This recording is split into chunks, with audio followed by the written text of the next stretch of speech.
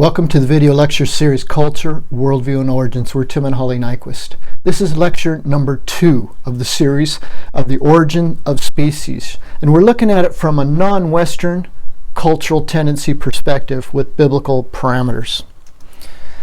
We're going to get into the Bible record of the origin of species, but we're going to take a little twist right at the beginning, and because it's part of the context, and there's just something odd that's happening within the context. But what we're going to do is Genesis 1:20 through 23 says, "Then God said, 'Let the waters teem with swarms of living creatures, and let birds fly above the earth in the open expanse of the heavens.' God created the great sea monsters and every living creature that moves, with which the waters swarmed, after their kind, and every winged bird after its kind, and God saw that it was good." In this passage, there's a significant creation, a significant species that is formed, and it's named, and that is the great sea monster. What that means, why it was translated sea monster, I don't know specifically, except for since God had created everything good, that it was not evil. It must have been then a monstrous or just a very powerful type of species of aquatic animal. But it was a sea monster, but at a time when everything was created good, because God had seen everything that he had made, and behold, it was good, very good. So it was created good. The Hebrew term that's used for or translated sea monster in this text is called tannin. And tannin, Tannin, is the Hebrew term that has been used in other contexts to mean different things. And so therefore a word in and of itself, just isolated outside of any context, can have different meanings. You can't give it a specific meaning, but within its context. So what in this context, it meant an animal that was created good and very good, but yet it was somehow powerful. It was somehow monstrous. I don't know if that means big, but actually, but it could just mean or terrifying or something awesome. That as being created good, it was probably awesome, because I don't believe that there was terrifying things probably in a good creation. The verse continues on. God blessed them, saying, "Be fruitful and multiply, and fill the waters in the seas, and let birds multiply on the earth." There was evening, and there was morning, a fifth day. Okay, the Hebrew term tannin is also found in Exodus. Exodus chapter 7, verse 12. Now, what does this context tell us? Well, this is the context of Moses and Aaron before Pharaoh. And Moses has been sent by God to demand the release of the Hebrew people. And Pharaoh says, "Why should I release them?" And God had given Moses and Aaron a sign saying, "To show Pharaoh my power, throw down your staff and it will become a snake." And so they said, okay. So Aaron threw down his staff. Pharaoh said, "No, I'm not going to let him go. Whose God is this? I don't know this God." And so then Aaron said, "Here, you will see the power of God." And so he threw down his staff, and it became a serpent, a snake. Well, then Pharaoh called in his sorcerers and his wise men, and each one of them threw down his staff, and they also turned into serpents. So it's kind of like, okay, it was a wooden staff, it was wood, and Aaron's rod was wood, and when he threw it down, it became a serpent. And so it was the power of God being manifested.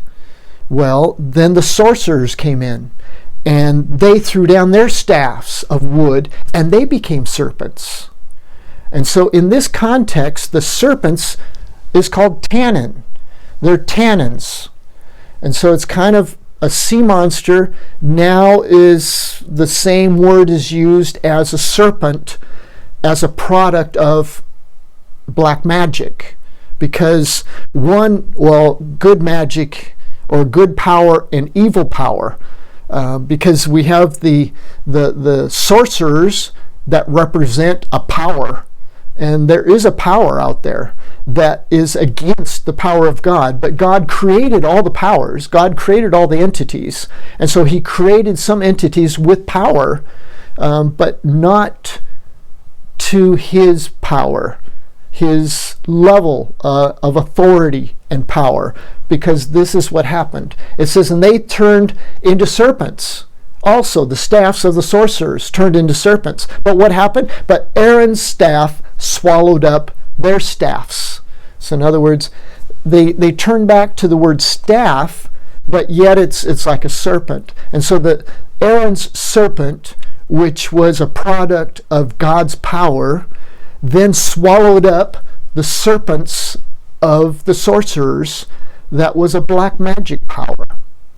And so even though there was powers on both sides, God's power triumphed over the evil power because of the authority, because of God has created and given powers, but when those powers are misused or are turned against him, God is still triumphant. God is still the top authority, the created power. But just take note, the word tannin is used in this context also in Exodus as now serpents of black magic. So what else do we have? Well, in Psalm 91:13, the psalmist says, "You will tread upon the lion and cobra, the young lion and the serpent you will trample." In this text, it is about a servant of God, about a servant that's going to have power. It's going to be protected. Protected against what? Well, protected against the forces of not, I don't know, evil, but it's things that could hurt him. And so now it's the young lion and the serpent you will trample down. But in the first line, the parallelism, it says, you will tread upon the lion and the cobra. And then the young lion and the serpent, that word serpent is tannin, you will trample down. So somehow cobra and serpent are parallel, but it's tannin that's used in this context. And so the servant of God will trample down that which tries to inflict pain, that which is, like I said, it doesn't necessarily communicate evil, but it does communicate something of hurt, of danger, and of damage. Now we have Luke chapter 10, verses 17 through 20. The 70 returned with joy, saying, "Lord, even the demons are subject to us in your name." And he said to them, "I was watching Satan fall from heaven like lightning.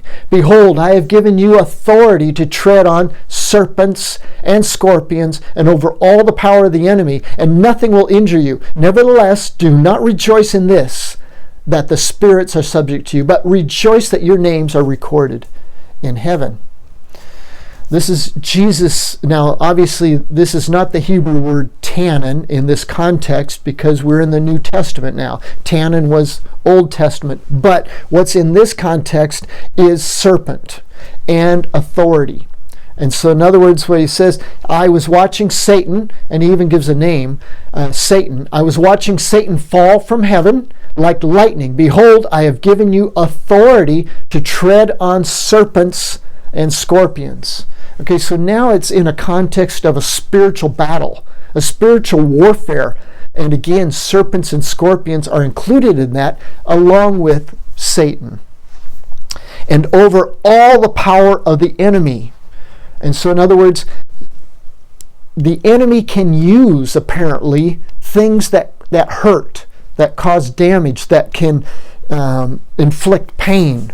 And so it's kind of like, and over all the power of the enemy. So this tannin this serpent and these scorpions and Satan, it's a power apparently that can be used against the kingdom of God. Nevertheless, do not rejoice that the spirits are subject to you, but rejoice that your names are recorded in heaven. So what we have now is tannin or serpents now in the New Testament are part of a cosmic battle between God and subjects of his creation that were created good in the beginning, but for their decisions, for their freedom to choose, they chose evil. And now they're in rebellion, disobedience against God, and using the powers that were given to them through creation against God. And now God has said, I will protect you. I will protect my disciples. I will protect my messengers against the power of evil. Isaiah 27:1. Again, now we're back in the Old Testament, which now we're talking again about the tannin. So what does it say? In that day the Lord will punish Leviathan, the fleeing serpent, with his fierce and great and mighty sword, even Leviathan, the twisted serpent, and he will kill the dragon who lives in the sea. Now, this context of tannin now includes a name, a species called Leviathan.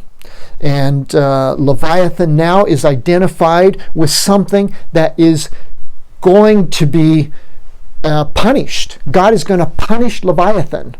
And Leviathan now is associated as the tannin, the fleeing serpent, the twisted serpent, and he will kill the dragon who lives in the sea. Now, this is all the further we're going to be going with this topic, because we have this topic reserved in full for the species, the origins of the mystery of the dinosaurs. And so we're going to follow up on that. But this has been kind of a side note, just getting into the origin of species and how it can and does take some twists. But now let's get back to the origin of species in general. Genesis 1:24 through 25.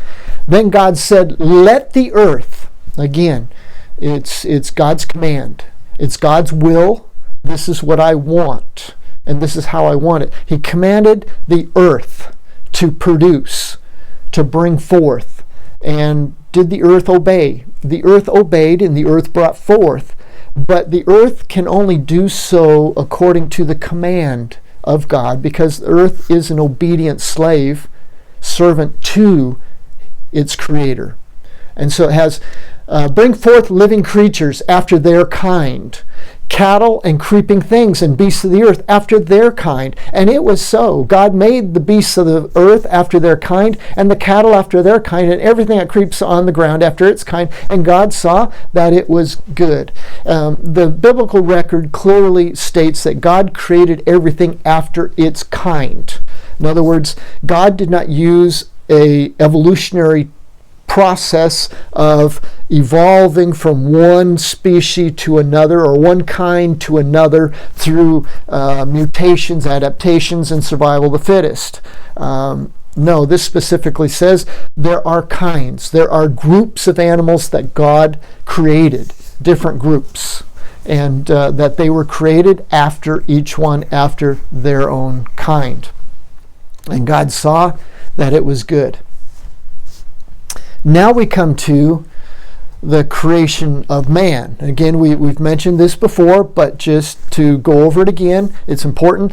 Genesis 1:26-27 states, then God said, let us make man in our image, according to our likeness, and let them rule over the fish of the sea, and over the birds of the sky, and over the cattle, and over all the earth, and over every creeping thing that creeps on the earth. God created man in his own image. In the image of God, he created him. Male and female, he created them. This is a special type of creation. In the other creation of the species, other species, God commanded, God said, let the waters produce, let the earth produce. And so the animals were produced by an indirect process by the creation itself of what God had created previously. And so, but this creation is that God says He's going to, He says, let us. Who is he referring to in that phrase? We believe, and I believe other theologians have said it, that this is probably a reference to us, the Trinity that is present before time, and that let us make man in our image. And what is our image? Well, God does not have an image. God is not flesh and bone, but Jesus Christ is. And so, made in our image, we were made in the image of God, not from another source of used parts. We were created originally by God in His image. And He not only created man in His image, but He created male and female, which you have to have a male and a female to fill the earth, to propagate. And that's what has to happen in every level of species. You can't have a singular evolutionary model, I guess, or species. You have to have parallel. You have to have a parallel miracle of evolutionary progress upwards, parallel male and female. And that's what God makes clear, is that He created them male and female, which means if we follow this model, we are specifically created as male or female. And this is what God said, let us make man. So it was a hands-on type of creation. God created us in His image. Okay, and this is what we've kind of mentioned before, and this is what kind of the struggle might be. Why does anybody care whether or not it's creation or evolution? A lot of people just say, oh, let the scientists worry about that, and we just go to church and worship. And then some people would say, yes, let's just forget all this debate and forget all this academic stuff, and let's just go and give them Jesus. And okay, the question would be, okay, then what Jesus do you want to give them? Because in the New Testament, Jesus claims to be the Son of God, and He also claims to be part of the creation process, that He was there at creation. He created. He not only created, but He continues to uphold. And so if we have a closed system, then our Jesus is a different Jesus. Our Jesus is not the Son of God.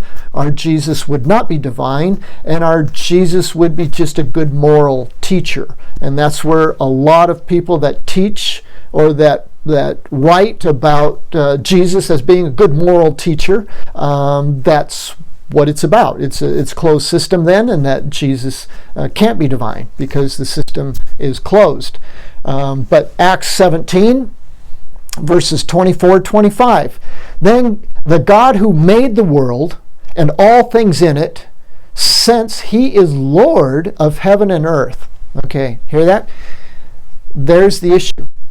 If there is a creation, and I believe that there is, then the Creator is Lord of heavens and earth. If there's evolution, then it's chaos. Then it's just anybody rules. And that's kind of what we have in society a bit. It's people that promote chaos, people that promote disorder, because they don't want to submit to the authority that's in position now, or they don't submit. And so if man can develop a model of science that then promotes, like Paul Kurtz, the Prometheus free, is just soaring and without unfettered and without rules or regulations or accountability or judgment.